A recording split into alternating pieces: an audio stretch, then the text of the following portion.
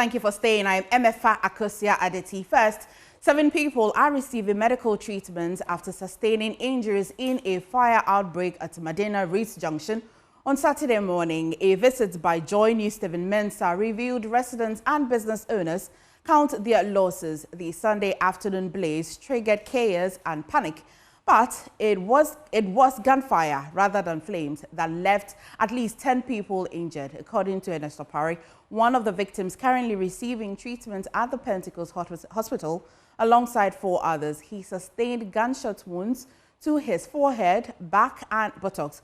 Ernest recounted that a man known as Area became enraged during the commotion, pulled out a pump-action gun, and began firing indiscriminately right in front of police and fire officers.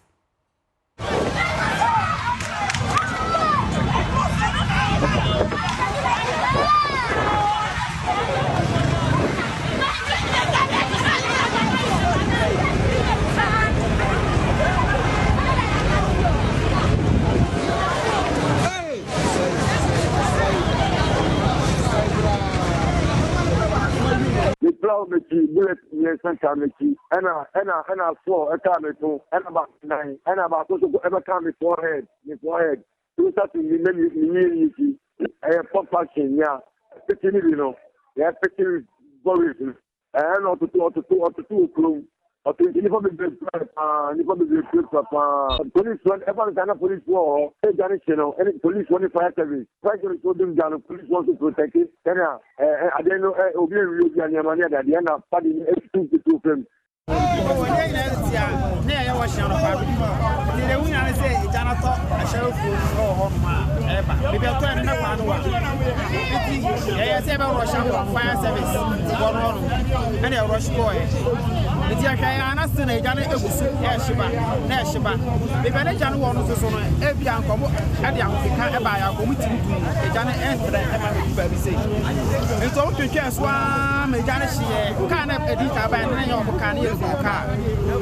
and I'm mobile and some before answer on mobile and actually to her.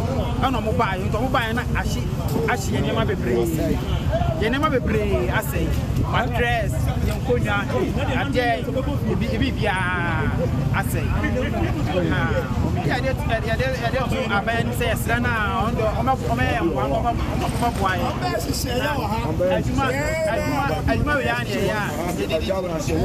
I say, and you imagine, I would you long and I just said,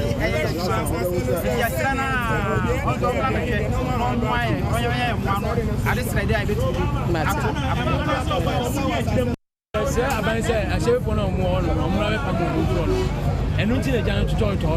did. My colleague Stephen Mensah was at the scene and joins me with more. Stephen, so you met ECG officials at the scene? Yes. And if our visit to the scene indicated that some of the ECG officials were at the scene and were disabling the electricity poles that are there currently. They do not want power within these electricity poles to cause any more havoc. Right, and you also spoke with some residents. What have they been telling you about the fire and most importantly, the gunshots? Yes, so most of the residents and the homeowners and also business owners we spoke to have been indicating they've been counting their losses. Some are counting items worth thousands of Ghana cedis, from 60,000 down to about 6,000 Ghana cedis. For the gunshots, we understand that some of the affected persons have been rushed to the police, to the hospitals. However, they are not able to indicate where the gunshots happened or who shot the gun at the time. I mean, it's been some number of hours since the fire outbreak. The Ghana National Fire Service has actually been speaking, but do you see anything different today over there? Yes, so the Ghana National Fire Service personnel are still on the scene. They've indicated that the police of the scene is a security zone and it has been cordoned off from all other persons except the media personnel. They are also assessing the cause of the fire. We got to see some of them going through some of the things to ensure that there's no flammable items there currently. Right. You also visited one of the victims, I understand, Ernesto Parry. What have you been learning? So he has been discharged from the hospital. He is currently at home, and he is tending to his injuries. However, he's seeking for reimbursement and also medical treatment for his injuries sustained. Okay. Do we know anything about this person who was supposedly firing the gun? Not yet. However, there's a statement from the Ghana Police Service, and they are asking for credible information from the general public as to ensure that the person who shot the gun has and is arrested. All right, Steve, thank you. I know that you're still on there and you may bring us some information. Thank you for bringing us up to speed with what's happening there. But away from the Minister for Tourism, Culture and Creative Arts, Ablah Jifagoma, she says she is devastated by the fire that ripped through the Accra Tourist Information Center in Cantonment in early hours of Tuesday. Firefighters from the Ghana National Fire Service, with support from 5 nearby stations, responded swiftly to the scene and managed to bring the blaze under control by 3:32 a.m. and fully extinguished by 6:35 a.m. according to the Ghana National Fire Service statement. The fire destroyed the entire first floor of the building, but the ground floor and several offices were salvaged. No injuries were reported. My colleague Noella Karen Iyale has more. All right, so good morning, and of course I'm coming to you live from the Accra Tourist Information Center, where we understand that fire has ravaged parts of the facility, and it's terrible here. Pretty shortly I'll be walking you through the extent of the damage the fire has caused to the facility, and I can confirm to you that with the exception of a few officers, that fire officers tell me that they were able to salvage the entire facility has been ravaged by fire.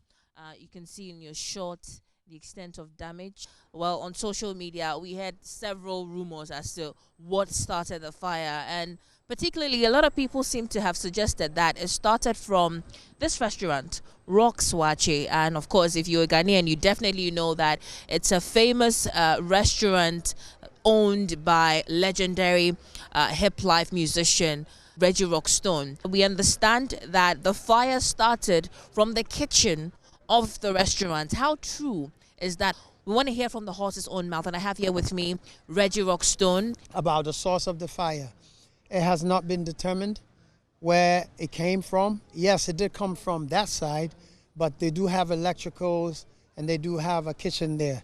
And I said there somebody about say you famous in the bedroom, but it hasn't been confirmed, and so we're going to salvage what is on the CCTV, and then we'll know. It's definitely not an arson, so it's not deliberate. If you see the extent of the fire, then you will realize how dangerous it was, and no one was harmed. At what point did you hear about, the fire? Well, we work 24 hours, and so on Sundays usually we do shifts, but me and my wife, she had gone to the church and so on, so we were actually at home, and when we got the call, and it's not the best thing to. The call from who? From the workers, because say yeah, 24 hours. And you did video sending from when we woke up, we're still here. And so it started from about around 12, and then the fire service, please, let's be clear on this before you start to point fingers at the fire service. The reason being that in proximity, they're very close to us. Unfortunately, Madina caught fire as well, and this is why they were late. So 1 hour. I'm here with the fire officer on ground, Mrs. Mausi Daniela Into Sapon. She's going to tell us what they've been able to investigate so far, what have been their findings, and so on. It was a running call around 1 a.m. Somebody ran to the office, and then my men came here. So when you got here, what did you see? We realized the whole place had caught fire, and it was a bit alarming. So they hurriedly tried to contain the fire and eventually put it off. Right. And what, in your I mean, per what you saw, what was the extent of damage? I can't say for now, but then we are still doing the investigations, and every little thing that comes out will be known to the public. So you can't even tell us a little bit about your preliminary investigation as to what caused the fire and all of that, because we're hearing that it actually started from the And to are safe, and we thank God for that. Here is the main entrance of the facility. This used to be a very vibrant haven for a lot of creatives. I spoke to the tourism and culture minister a while ago, Honorable Jifa Gomashi, who was very devastated by the incident. No, I'm totally devastated. Boy.